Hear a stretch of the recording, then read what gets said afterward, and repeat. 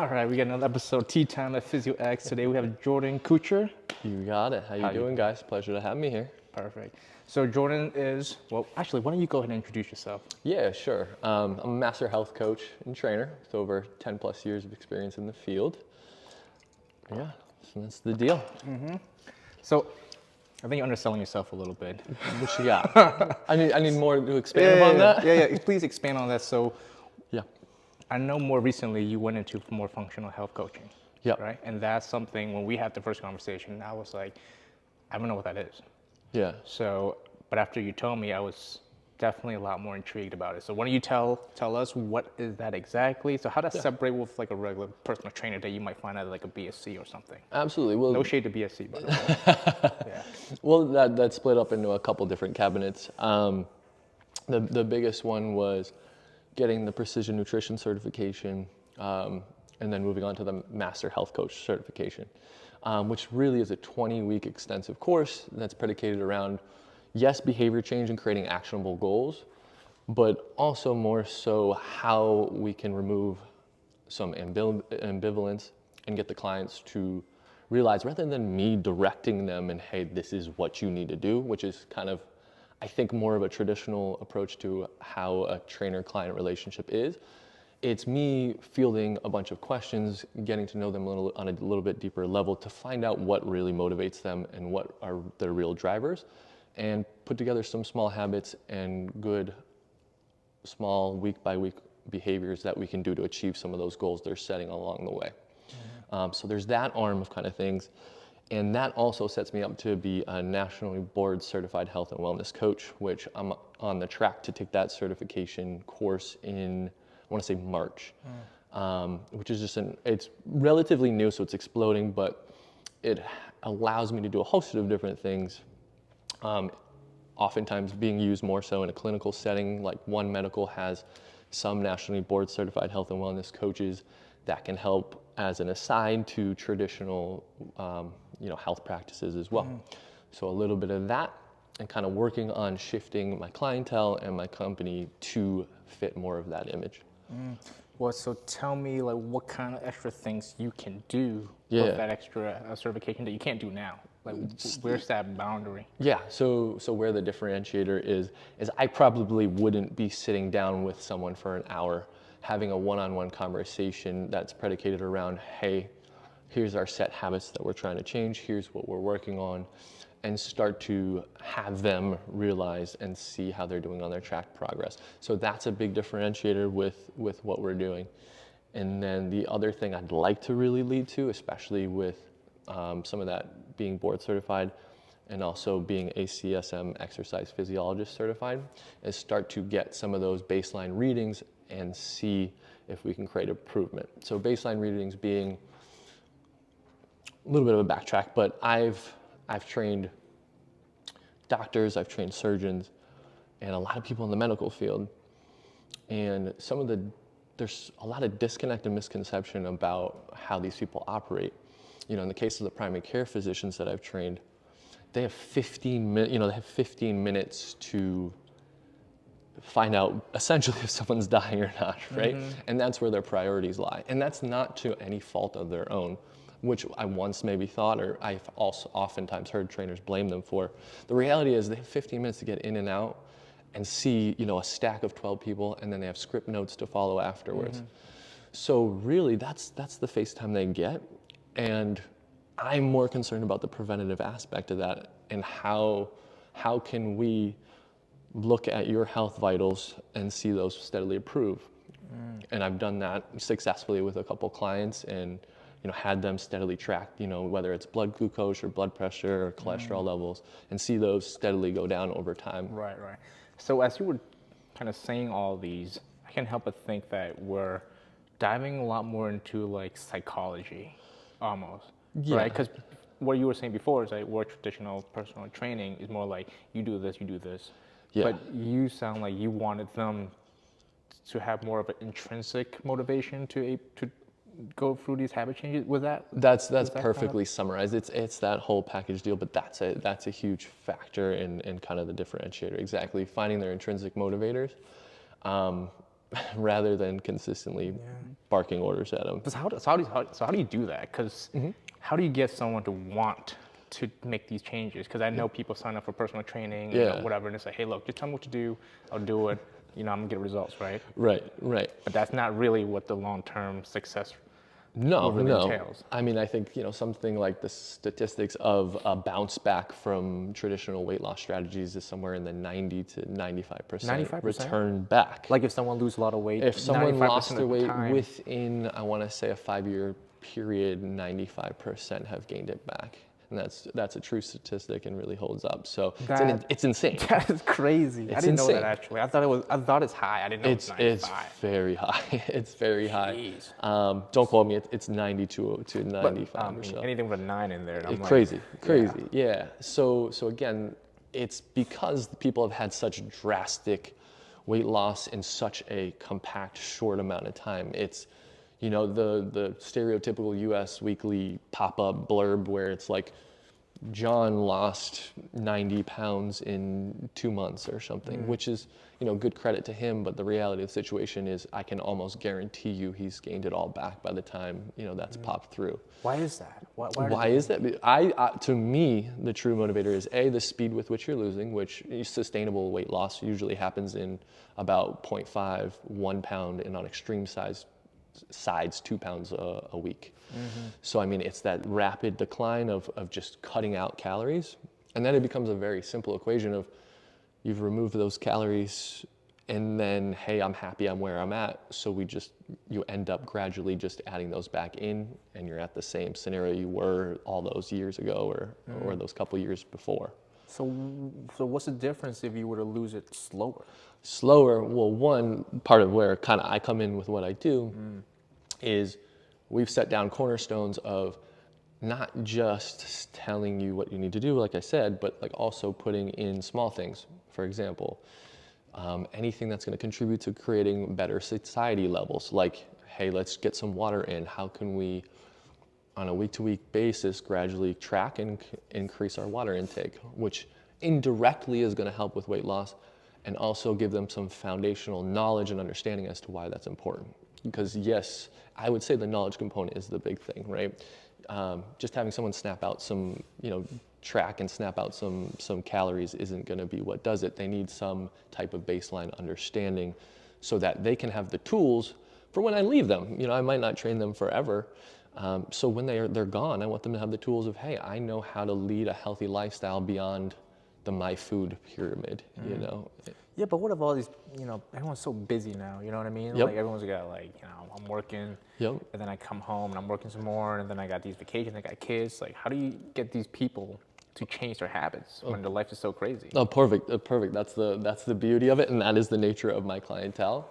And it is getting them to, probably most predominantly, is just slow down first. Yeah. So that's where kind of having that time where we just set aside rather than telling them in a hour training session, just giving them some random thought words. It's, hey, we take an hour outside of our training session, sit down, you have to dedicate this hour, show up, and we discuss all the things that's going on in your life so that you can plan and I can plan to help you for success. So whether that is, okay, so you have 3 kids and, my heart goes out to all the moms and fathers out there. It's an involved process amongst working.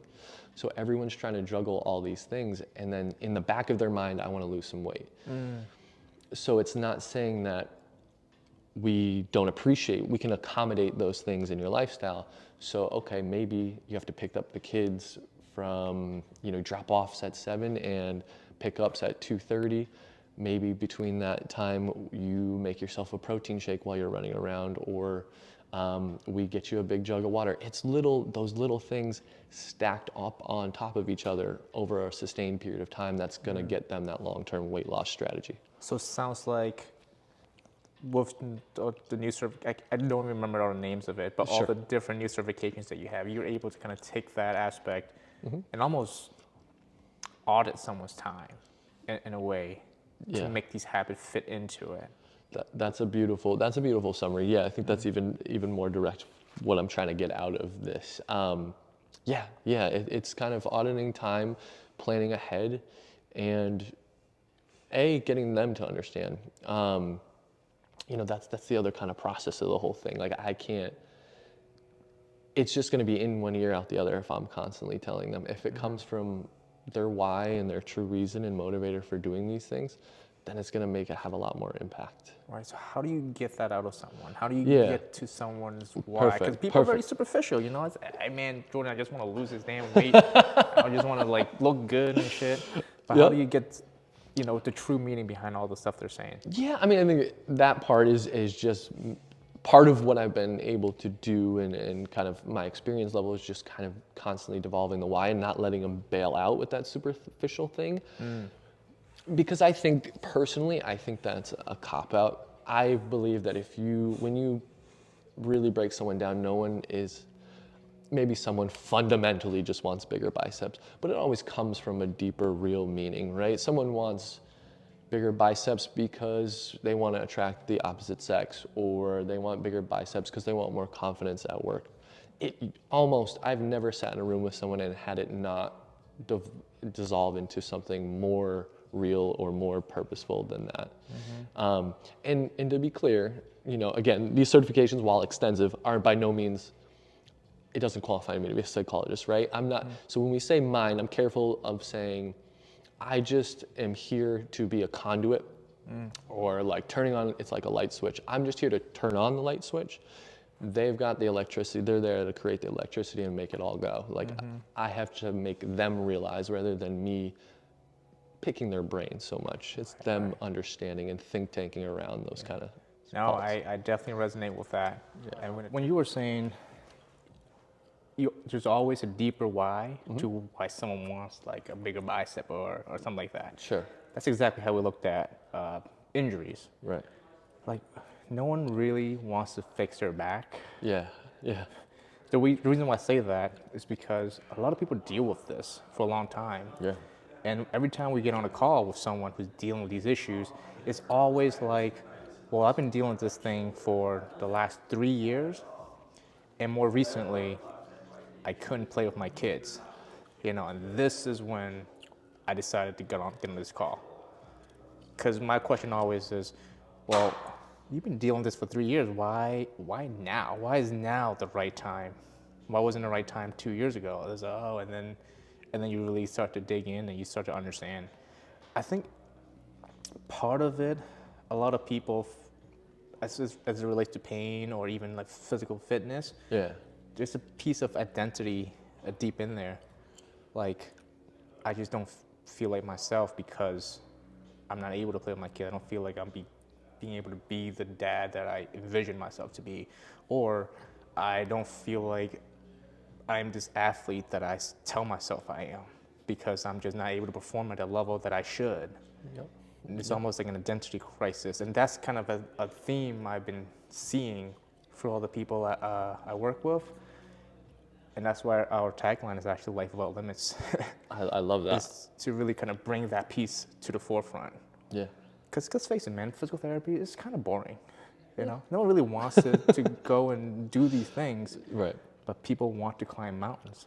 Right. People want to feel happy. And I saw that on the IG story today. Very nice accomplishment. Oh, yeah? You had someone climbing a wall. That's a pretty big accomplishment. Absolutely, Yeah. absolutely. So yeah, to me, it's not boring because I'm in the fitness industry and like this, I'm kind of nerdy. I like nerding out about you're that stuff. the exception because you're in the industry. If you're not in the industry, you just have like a bump shoulder. You're like, make me feel good. I don't want to go. Make me feel good. Help me rock climb, which is awesome when they do it, and they'll never forget you for it. So I mean, I think that was part of it. Like, wanted a little bit bigger impact and see what levels we can make some of that change happen. Right. And I guess that's kind of one of your motivations to pursue these higher level certifications, right? Because I mean, you were always a good trainer. I mean, you were a top trainer at some of the best gyms out here in Boston. I mean, at that point, someone could have said, well, Jordan's already here. He already made it. Right. So what made you go from here to here?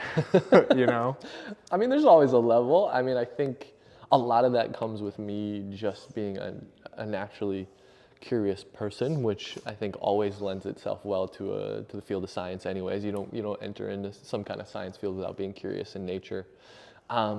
So yeah, it's just like, what is next? I don't find myself a very, very complacent person, and Have you always been that way? Like like childhood? yeah, no. No? I mean, let me rephrase that. I would always consider myself a not complacent person. Yeah, absolutely. Right. Would you get like straight A's in school and all that? Let's remember the physical fitness point. I like to play a lot of sports. I did a Oh, lot of okay, sports, okay, excelled all at the right. sports. Academics came later. I took a late shift as I realized, hey, this stuff is pretty worthwhile now that sports are slowly fading into the rear view. I did all right. Played basketball in high school and played for a short stint in college. And Wait, what you play in college? I played at UMass Amherst for a year. I was with you, man. I was in We UMass was with you. representing, Yeah, exactly. absolutely. Wait, what'd you play? I played end of the bench my first year. B-ball? Basketball? B-ball, yeah. Oh, So nice. so did that, yep. And it was just a walk-on. So it was an Okay. awesome, but all the same, it was an awesome experience. Really enjoyed it. But yeah, I think that's kind of that was the transition into personal training, and luckily it worked out. You have like one of those, you sit down for college and then like your conversation's like, hey, what do you want to do for the rest of your life? And you're like, and she's just going down a list, and I was like, she said kinesiology, and I was like, sounds fun, sounds right. Yeah. Luckily it worked out. Sounds like I'm into it. Yeah, exactly. Did you minor in anything? Did I what? I'm Did sorry? you minor in anything? No minors. No, just kin, which honestly was a lot for me at the time. Like I said, it was kind of, a lot of focus on the sports. I always did, clarification, I always did well in school. It wasn't the major priority. I think as I got to school and like wanted to set myself up for a good career and stuff, I started taking it more seriously. Yeah, once you understood that, I probably should Yeah. work a little bit. Yeah, I understand. Yeah, I mean, exactly. I was not the greatest student, but when it came to graduate school, Yeah. I said, okay, I need to make it to graduate school. Right. So I should probably work on my grades. Then when I'm in graduate school, they're like, well, if you get a B, you fail. And I'm Right. like, I should probably aim for straight A's just to cushion myself a little bit. Exactly. It's Who wants all that? Yeah. just pressure, right? Pressure makes you perform. Exactly. So I needed that, sports were in the rear view. I needed that competitive outlet somewhere, So always want to challenge myself to level up. And I think that comes from sports. Yeah. Were you always like a people person? Because I know you're a personal trainer, you have to be in front of people all the time. That part's very interesting. Because, I don't know, either major life events or whatnot, I'm pretty firmly rooted as an introvert. Really? Yeah. Okay. And That's the first time I heard that, because I know a lot of really, really good trainers and coaches that I've met, introverts. yeah, so I mean that's interesting, and we all picture that really a fallible, like super charismatic trainer, like we know that. Yeah. But I'm here to say, like, you can do well in this industry because it's one-on-one. Like, that's where my comfort zone is. That's where I feel best. So, that's my time. To all the people around me, I apologize in advance, because after I get out of those 10, 12-hour trainings, I am not the most sociable person anymore. It saps my batteries, but they get my charisma for sure. So how do you recharge your battery? How do I recharge my battery? When I get home, like, it's just settled down. I'm a little bit more reserved. Like, I'll read, I'll chill out, watch a series. Still definitely learning, picking a lot of good phys books, and What do you recommend for your clients who needs to recharge the battery? what do I recommend for a client that needs to recharge their battery? Yeah, like the overly busy mom or dad. The or, overly busy mom and dad, it's understanding what gives that for them, but like at some semblance, if we're talking about strictly bedtime prep, right? I'm gonna be an advocate for, like, reduction of blue light exposure, setting your temperatures, closing your shades, like creating a good sleep restful environment, which entails all those things. The blue light stuff we know by now is ultra stimulating, and it's not going to be what winds you down. Trying to cut caffeine intake after 2 p.m. Little things like that. How about meditation and things like that? Are you an advocate of that? That's beautiful. I'm an advocate. I'm an advocate. See, good words, right? Yeah, very well put. Very well put. So, I will come and go with Headspace. Yeah, I know Headspace. It's a And great app, by the way. it's so again, for in terms of behavior change, it's a wonderful starting pace because it says for all those super high performers who are going all day, it's 2 minutes to start, and it's just sit there and be present, which again, something I struggle with. So it's not that these experiences are unrelatable to my clients. A lot of them are, and it's things I work through. You know, the misconception about what I do, and I've had like people perk up before and be like, well, you're going out to eat after this? Like, you can't do that. And I'm like, I can. That's why I can, and I would anyways. But this is what I promote, like the opportunity to live a flexible lifestyle rather than entirely stripping yourself of all joy to get where you want. But how do you live a flexible lifestyle Yeah. if you're trying to lose weight? Or you Sure. have these big goals you need to hit? Yep. So I mean, I do it with all kinds of clients, but and they vary in degrees of extreme. But I think a good generalization, good blanket statement is just the 80-20 rule. You know, What's the 80-20 rule? 80-20 of anything is basically like where you live, whether it be your clothes, your wardrobe, or your work-life balance, whatever it is. In the case of clothes, it's you really realistically wear 80% of what you have, really 20% of what you have, and 80% is kind of underutilized or vice versa. Damn. So you just end up throwing it on, right? I'm just literally and you wearing, stick to those main staples, right? I wear my logo every single day. Exactly. And all that other stuff just sits in the back of the closet. Yeah. And in this case, it's just that you need to be successful 80% of the time. It's not, it's your Monday, Tuesday, Wednesdays, a salad with chicken, and Thursdays, the pizza. Oh, yeah, nice, right? Right? Okay, And you can still win. And I've done it with clients. I've had people. You have people losing weight eating pizza? Absolutely. It was pizza, like, I don't know specifics, like, I'm sure they've had Okay. some pizzas. They slip some things in and out of there. They don't always tell me exactly what it is.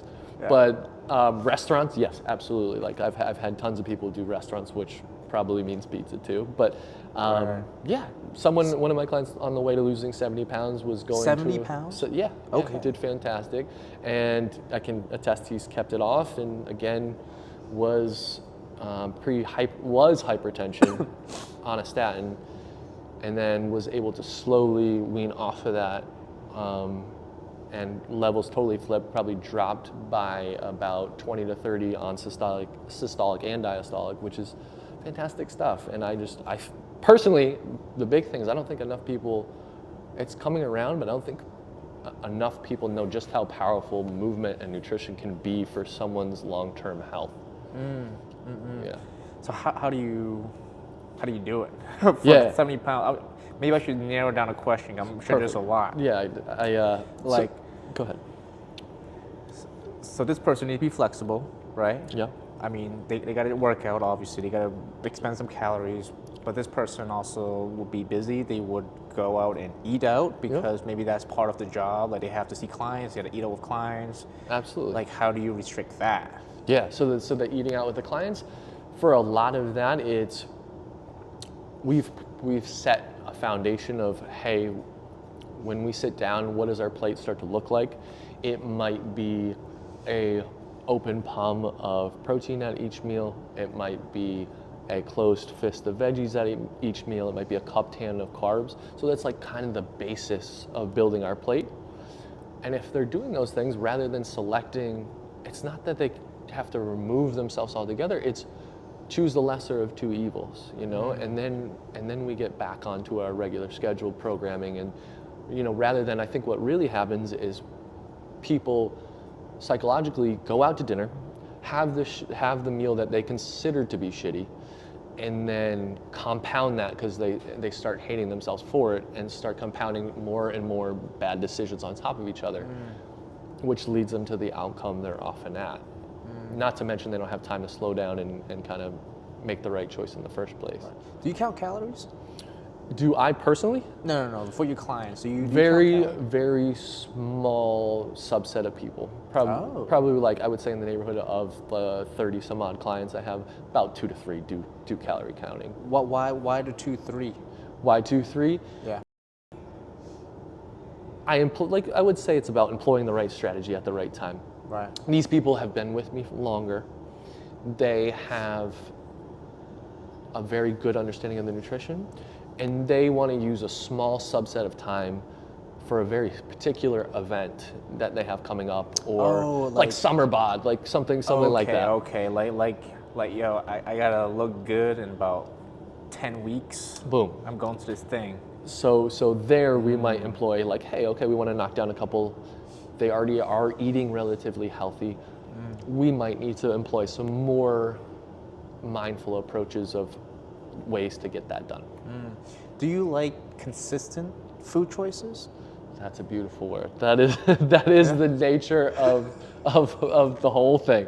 Like summarizing everything, it's being consistent 80% of the time. I think that's the nature. What I want to ask is like consistent food choices, like Variety. no, Okay. like I used to do this and it Go ahead. worked like extremely well. I eat Okay. the same shit every single day, and it was like a robot. Yeah. I was in school. I was in grad school. Sure. Wake up, I get my oatmeal. I get my Yeah. fruits. I get like a pancake. I mean that's when I'm bulking. You know, Yeah. I'm trying to. I'm eating a lot. course. And then lunchtime I have a chicken breast, pasta, some salt, pepper, Yeah. plain shit, right? Right.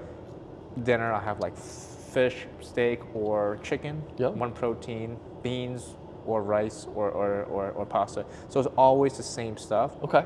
So when I want to lose weight, I'm like, I know what I got to do. It's just the same stuff but less. I Yep. need to gain weight, same stuff but more. Exactly. So that worked for me because, but I live with my wife now, and variety is a big thing. I'm the same way with my girlfriend. It's the same. Yeah. It's the same situation. Yeah. So do you find it a lot more challenging when there's a lot more variety involved? How do you navigate that? Because now I don't know the Yeah. calories that I'm eating because it's inconsistent from day to day. Yep. Look, I'm not going to lie and sit here and saying and it's something I employ for myself. Again, a little bit more on the extreme side of what we're trying to do, but yeah, I'd be lying to say like having that habitual nature is more easy to count on what is working and what isn't working. It's a very smart system. The only problem is that system sometimes is prone to burnout, or prone to a girlfriend. Yeah, that was good, man. Of course, and plus we all want to experience that. So are there ways to win around that? Yes. If you're surrounding yourself around the things, around the food groups that are essentially much less processed, much more micronutrient dense, and much more create a better satiety effect, you're going to naturally eat less. And I think that's the big differentiator. So variety be damned, understanding what are the filling foods, like am I having water? Am I having healthy fats? Am I getting my fiber? Am I having my protein? Those are like the big building blocks to creating sustainable feeling of fullness, right? Now, how do you implement it for your clients? Do you have like a cheat sheet where you're like, hey, you have a cheat sheet? Oh no, do I have a cheat sheet? No. Yeah. Okay. That approach is when we sit down for that conversation, we pull out what they're working on. So for example, to keep things really general, it might just be, hey, we're working on one open palm of protein at each meal.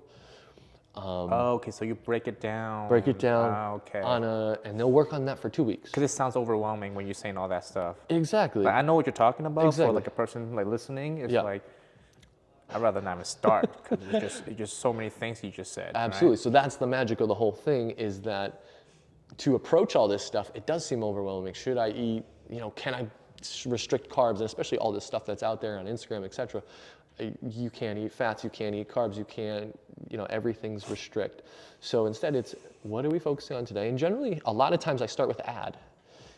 Just addition versus subtraction, just for the brain, is much more of a positive effect. Like you don't want to feel like someone's, you're taking away your toys, Right. So it might be, I ultimately want someone to reduce their caloric consumption over time if their goal is weight loss, but it might be adding vegetables which are much more fibrous and more likely to keep them full, so they'll have less of the snacking and junk around that time. Right. Oh, okay, I get it. So like, I'm just gonna have you add more vegetables, and when you have these more vegetables, naturally you're just gonna be too full to eat that cake. Boom. That's the hope. That's the hope. I mean, when you talk about sugar being as addicted to as cocaine, like Right. that's the hope, Dude, right? I'm pretty sure I had a sugar addiction back in college. I think everyone can fall privy to that. So I would just eat a ton of sugary stuff. I would go to late night. You know, UMass late yes, night. oh, that's the best. Second to none. That is the absolute best. They give you like the worst shit, but the best stuff, right? I always go. But then when I would need a cut, I'm like, just like, Oh, I know. You can put some time into Burke Cafeteria. oh Over there. yeah. But I'm glad I finally figured it out. Yeah, that's awesome. Although I'm eating definitely more sweets than I want to, given more like teeth reasons than anything else. Yeah. Yeah. Doing some jaw work. Yeah, no. Oh, cavities. Yeah. It's not a good kind. It's not a good kind. We could talk. I could talk about that all day, but I'm not too great on that department. So we try. But let's talk about like calories in, calories out. Sure. Because I think everyone, a lot of people I talk to, it's like, well, it's science, calories in, calories out. Yeah. But now just processed foods, there's different calories coming from there. So Yeah. do you believe in the quality of calories that you're taking in? Do I believe Versus out in terms of weight loss? Or, I mean, I've seen people Yeah. eat sugar and all the bad stuff and still lose weight just because they're eating less calories. Yeah. But what do you think about that, like that strategy? Yeah. Calories in, calories out is much more complex than people give credit to it. When you start adding in the thermic effect of food, or What is the thermal effect of food for people who don't know? yeah, thermic effect of food is basically how much calories it takes to burn energy out of chewing or digesting that food group. So like if you're having a something more dense like a sweet potato or something, it's going to take more time to process and digest. And those are the type of things that are going to create more calorie burn. So it's another kind of way to tip that scale in a positive direction. Okay, so yeah, do pay attention to the type of calories you're taking in, Yeah. not just the quantity. Yes, that's a good summary. That's a huge one, and that's again going to help with the feeling of fullness, and it's going to help ultimately burn more calories and have less of that desire with like something like sugar to constantly want to continue eating, the craving kind of effect. Right. I want to touch on a little bit of exercise. Sure, of course. So, of course, the nutrition part, highly skilled in it. Getting people to change their habits around nutrition, that's the wheelhouse that I'm not touching, because I am not even in charge of my own. At this point, I'm eating what's in front of me. It's working well so far. You got a good lady. She's healthy, I'm healthy. There it is. Luckily, she does want to be healthy, so things work out in my favor. But as far as exercise, there's a whole lot out there. Now there's like this whole high intensity interval training. Right now, there's zone 2 training that's gotten really popular. Like people just on a treadmill watching a Netflix movie. For a couple hours. Sure. Like, what is your ideal way of helping people? I guess keep on the same topic of losing weight, because I know a lot of people still want to do that. Sure. And what is the ideal way to work out? Absolutely. There's always going to be plenty of that. I'm always going to be an advocate for strength training. I mean, I think that is number one. Once muscle is your friend and you're more aptly able to make it work for you, which just generally speaking, muscle is going to be better at keeping your metabolism going. So that's going to always be the first place that I reach for. But again, part of the health component and taking a good look at all the factors that are going on, I want someone to strength train 2 to 3 times a week, depending on what works for their scheduling and kind of what they can fit in. But I'd be lying to say, like, yes, having some type of cardio as a baseline metric is not only going to help, they're kind of a hand-holding effect, not only going to help your stamina in the gym and help you perform better and be able to do more work, you'll also be able to be better set up for life and get the calorie burn as a bonus. What I'm looking for from people depends where they're at. If someone is more an advanced athlete and they have some familiarity and they're not totally outside of the gym, then we might tackle some higher zone training But if they're just starting on and have a, just coming into the fitness realm, it might just be getting on the treadmill and dialing in for 20 minutes. And I think, to come full circle, I think that's a reason why when I first started prescribing people these things, there was no follow through, right? Like, I know what people need to do to get to where they're at. A lot of it's in that, hey, I tell you to do your homework, physical therapy, you give someone homework, you can try all you might. Not everyone's going to do it, and the ones that do will see net benefit. So part of the approach is, what can you do that's more than you did yesterday? Is really like the whole philosophy. It doesn't. I'm talking in science terms, but it doesn't have to be complex. That could be, for someone who's been physically inactive, go for a walk. We don't have to make it like overtly complex. Hop on a treadmill for 20 minutes. That's a great baseline. It's gonna improve your fitness profile and ultimately your health in the long run. So it sounds like you're just giving them these small wins just to stack them up. Small and wins. later on, yeah. Absolutely. That's exactly the way we look at it as well. Like, someone comes in with a bad back or something. Right. We just a ton of things we can do. If you do them all, it actually won't be better because it's too much for you to handle, right? Yeah, right. What is the low-hanging fruit? What is the best thing we can do at this point that can create the biggest amount of change? The same, the 80-20 rule. What is the 20% we can do that can give you 80% of the change that we're looking for? Yeah. Do that one thing. People come in here and for a bad back or a bad hip, we might, in the first session, you give them one exercise. That's it. And it's simple. They do it, they come back and they're like, I don't know what happened, but I'm feeling great. And I'm like, perfect. Right. Now we might add one more. And then when we add another one, we take out another one. Yeah. Super, super simple. That's perfectly summarized. That's it in a nutshell, and that's all I'm looking to do. I love it. And just definitely a big parallel between what we do and what you do. And that's why I love having people such as yourself come on these podcasts and just talk about these things, because people don't know. Yeah. People think, oh yeah, he's a personal trainer. It's like, no. There's layers. There's layers to this There's stuff. layers. It's an onion. It's an onion. Same thing for physical therapy. Right? Oh, it's a PT. Oh, no. Right, There's exactly. definitely layers behind all of that. Absolutely. I was ecstatic when I first found out, when we connected through a mutual client. And it's really unfortunate, I think, in this industry that there's not enough collaboration.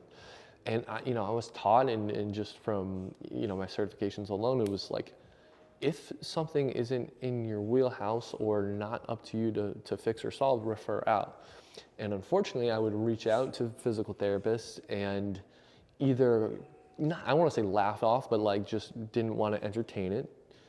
They're also busy too, I get it. Didn't want to entertain it, barely sent information, which is a real loss for the client, because ultimately, regardless of what you try to get them to do, I'm their day to day. Like, so I always wanted to collaborate, and you reached out, and not only did you reach out, you responded back with a video like within a day, broke down all the things you guys were working on, gave me exercises, and I was like, this is incredible, and I can incorporate that into the warm-up and hopefully start to get a positive change in what he has going on.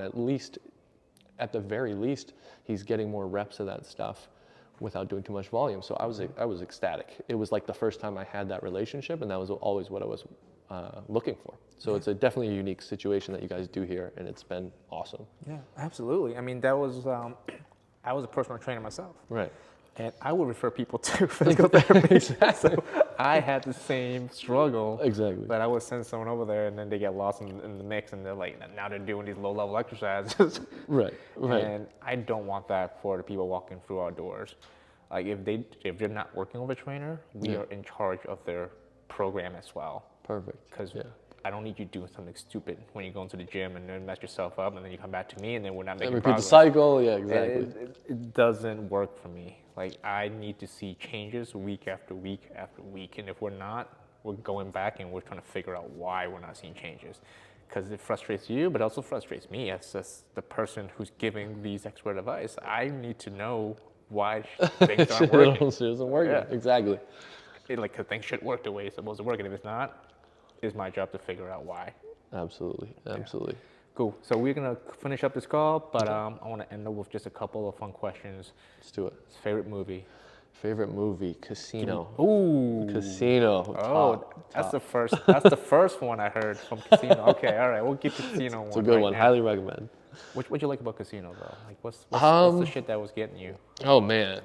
I mean, performances are incredible. I mean, that's the one with is it Jack Nicholson in it? It is Robert De Niro. Definitely. I Yep. always mix them up. Robert De Niro. Yep. Exactly. So that one, time period, attitude, directing, the whole thing is just fantastic from start to finish. It is just such a good crafted piece of filmography. I love it. I love it. Cinematography, I should say. Love it. All right, I need. I don't want to embarrass myself. I haven't seen it yet, but I'm gonna see it now. Check it out. Come back to me. All right. And what are you listening to right now? What am I listening to? Ooh. Fitting with the vibe, very Marvin Gaye these days. Ooh, Marvin Gaye. Okay. And I will work out to Marvin Gaye. I am at that point of training. I don't need music. I was running outside during the start of the snowstorm last week. I was running and I was trying to fight through the snow. It was like in my face. Guess what I got on? Nothing, like no heavy metal, no dubstep or nothing like that. I got Lana Del Rey on. Boom. Keep the peace. Keep the peace. That's all I'm saying. I was like, if I cry now, they won't notice because the thing is wet. So I'm gonna take the mind off the road. Keep the stress low. Keep the stress low. Cool, man. Hey, thanks for being on. Thank you, brother. Appreciate it. Time. Awesome, man.